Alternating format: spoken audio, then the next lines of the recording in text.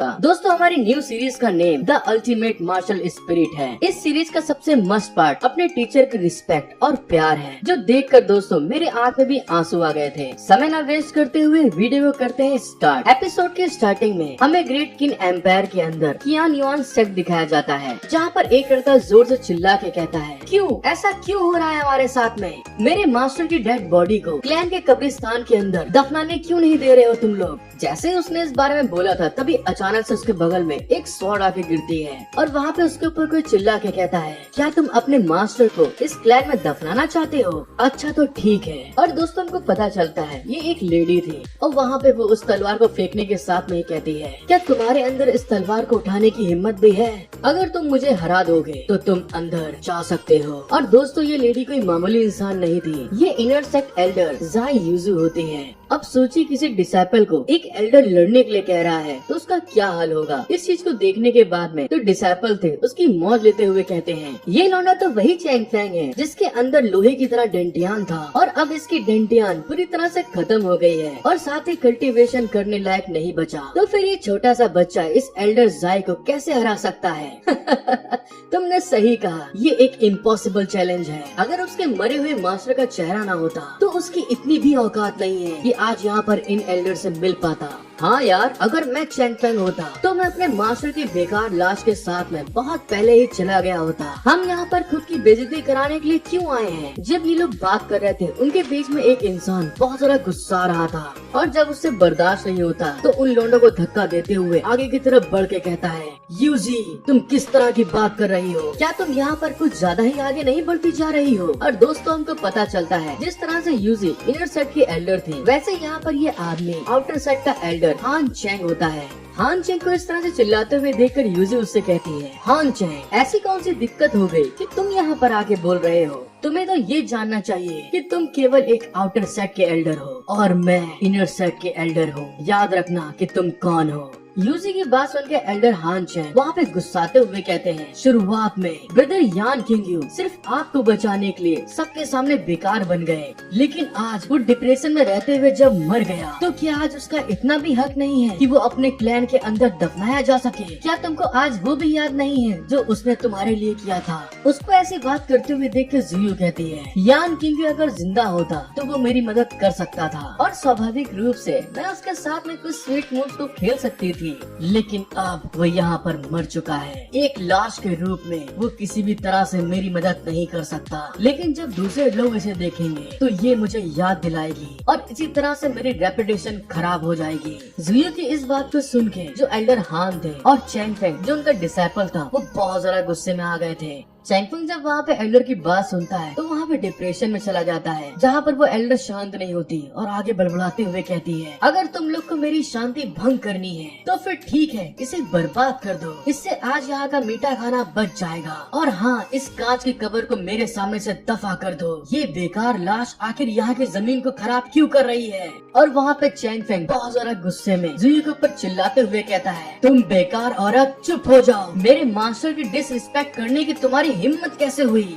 Chang Fang को इस तरह की बात करते हुए देखकर वहाँ पे जुयू बहुत ज्यादा इठला के हंसते हुए कहती है, तुम बेकार से डिसाइपल अपने मास्टर के लिए मेरी बेइज्जती कर रहे हो? क्या मैं यहाँ पर गलत कह रही हूँ कि वो बस एक बेकार लाश है? जुयू की इस तरह की बात सुनकर चैंग फैंग को वहाँ पे अपने मास्टर के साथ बिताए हुए एक पल की याद आती है, जहाँ पर उसके मास्टर उससे कह रहे थे, मेरे बच्चे इसका इस्तेमाल तब तक मत करना जब तक कि जिंदगी और मौत का मामला ना आ जाए, क्योंकि ये तुम्हारे मास्टर के रेपुटेशन के लिए है, लेकिन ये सब तुम्हारी जिंदगी से ज्यादा इम्पोर्टेंट नहीं है मेरे लिए।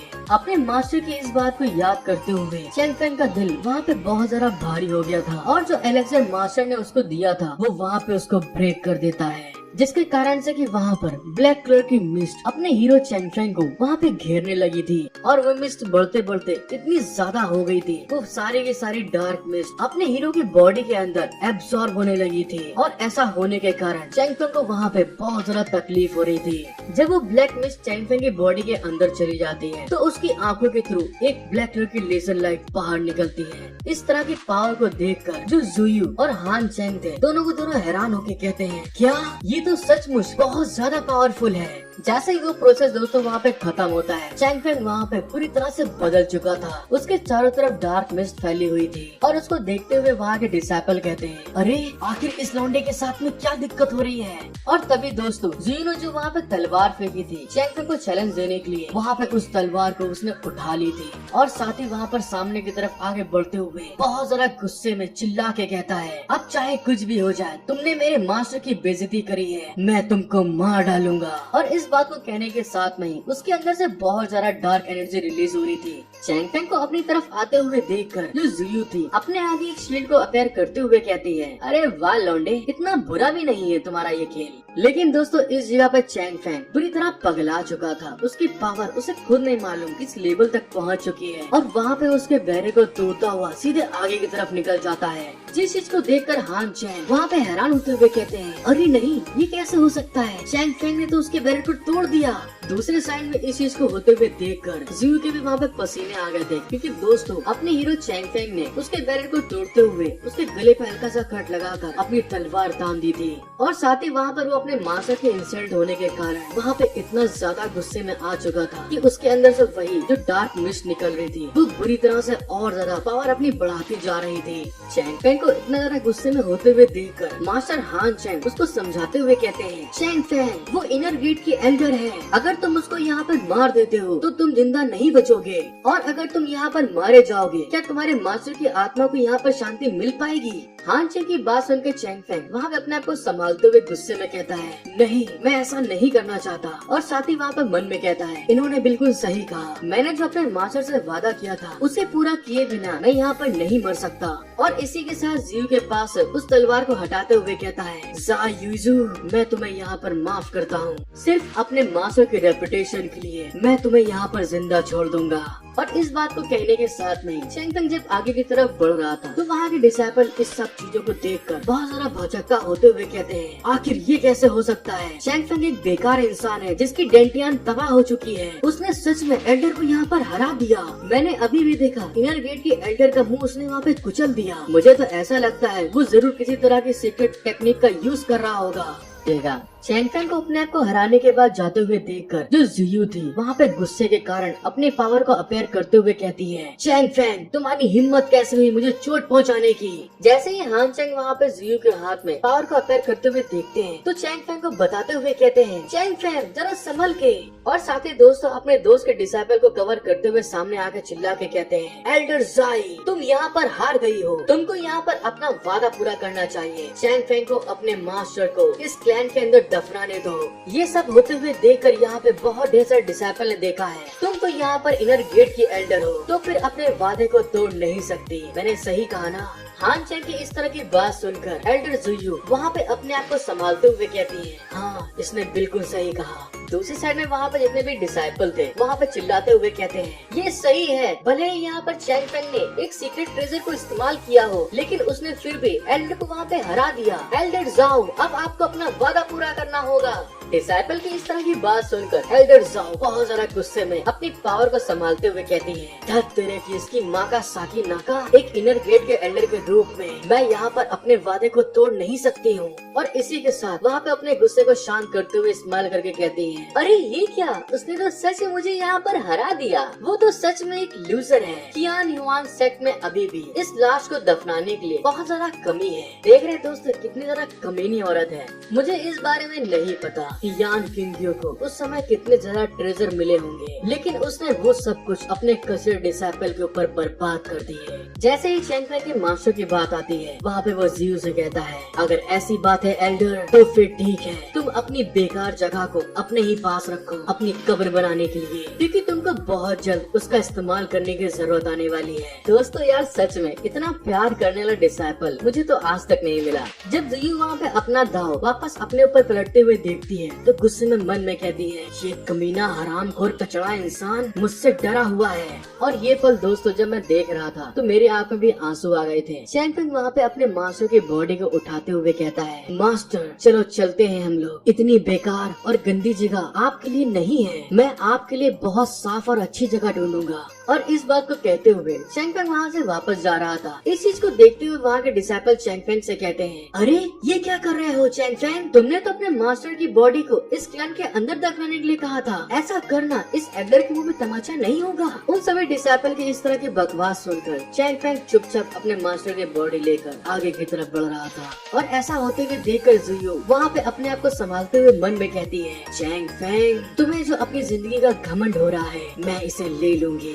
और उसके ऐसा कहने के साथ में हमारा सीन शिफ्ट हो जाता है और दोस्तों हमें उस सेट के जंगल का सीन दिखाया जाता है, जहाँ पर अपने हीरो चैंग फैंग ने एक पेड़ के नीचे अपने मास्टर के लिए कब्र बना ली थी और वहीं पे सामने बैठा हुआ था। और साथ ही वहाँ पर उसने अपने मास्टर की कब्र के ऊपर एक बोर्ड के ऊपर लिखा था, ज्ञान किंग यू।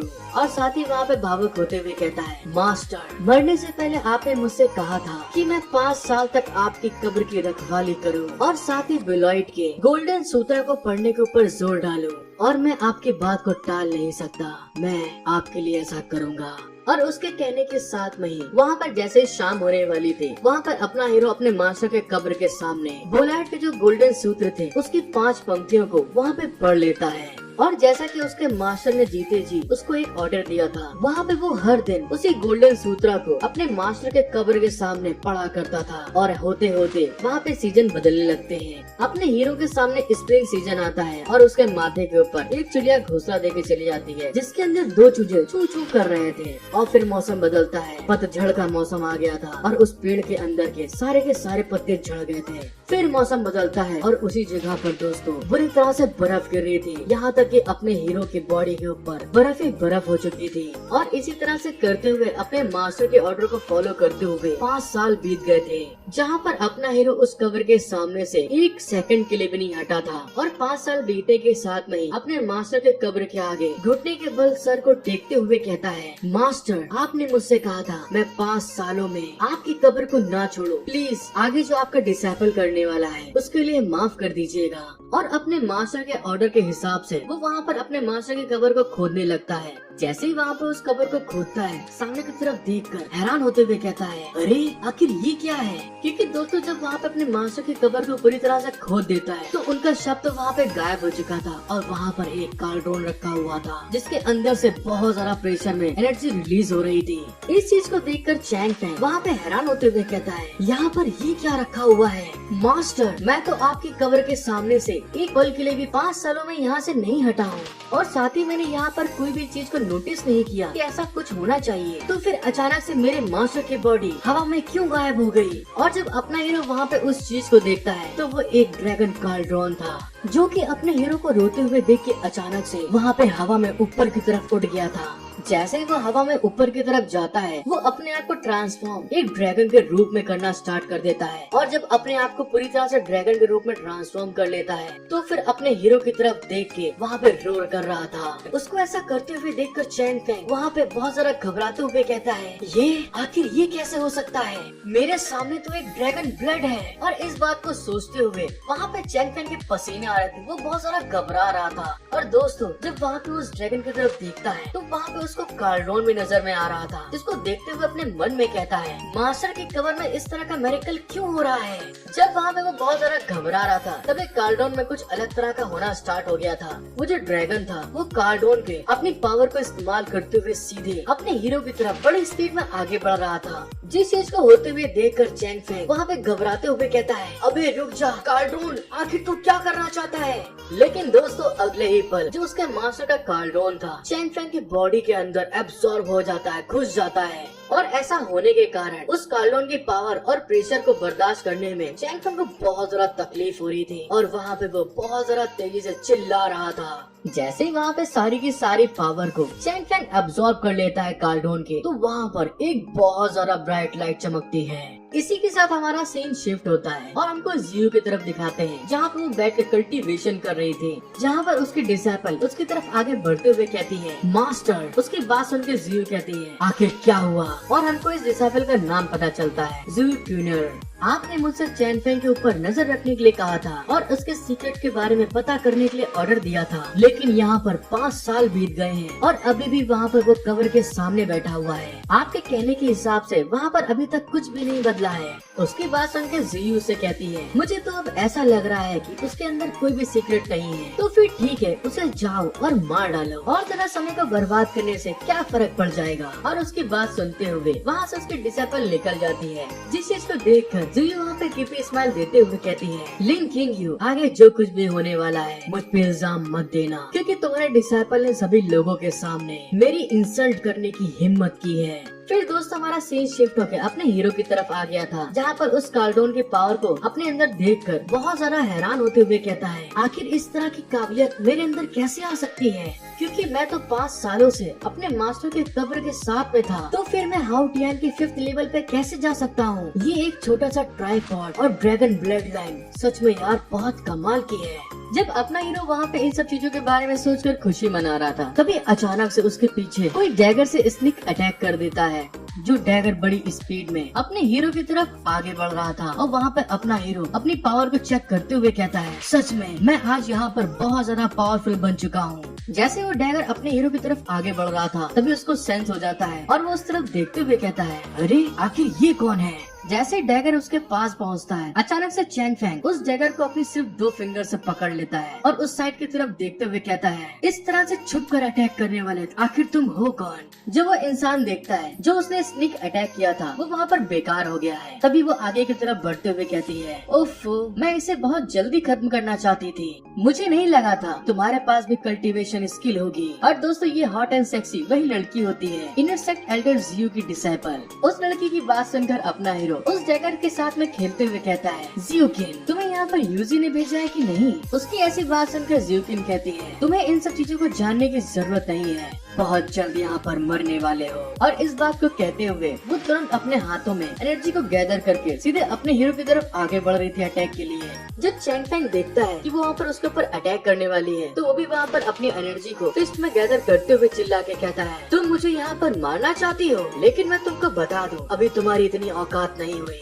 जैसे ही चैंग फैंग वहाँ पे अटैक करने वाला था, कोई चिल्ला के कहता है, रुक जाओ वहीं पे। और अचानक से दोस्तों अपने हीरो को बचाने के लिए एक और खूबसूरत कन्या अपैर हो जाती है। जो अटैक जियूकिन ने पाम से किया था, वो लड़की भी अपने पाम को उसके पाम से लड़ा देती है। ऐसा होने के साथ में ही उन दोनों का अटैक वहाँ पे नेलीफाई हो गया था, खत्म हो जाता है। अपने अटैक को इस तरह से खत्म होते हुए देख के जियूकिन वहाँ पे गुस्से में कहती है, आखिर तुम हो कौन, तुम्हारी हिम्मत कैसे हुई मुझसे पंगा लेने की। शुक्रिया। चैंग फैंग जब उस लड़की को अपने आप को बचाते हुए देखता है, तो हैरान होकर कहता है, सिस्टर हान आप यहाँ पर क्या कर रही हैं? उसकी बात सुनकर सिस्टर हान उसको पीछे की तरफ करते हुए कहती है, चैंग फैंग जल्दी से यहाँ से निकल जाओ और मेरे फादर को ढूंढो। जियूकिन इनर डिसाइपल है और मेरे से एक लेवल ऊपर है, मैं इसे बहुत लंबे समय तक रोक नहीं पाऊंगी। दूसरे साइड में जियूकिन को दिखाया जाता है, जो कि वहाँ पर अपनी स्किल को एक्टिवेट करते हुए कहती है, हाँ तुमने बिल्कुल सही कहा, ये तो तुम्हें मुझे रोकने से पहले सोचना चाहिए था, और आज तुम में से यहाँ पर कोई बच के नहीं जा पाएगा।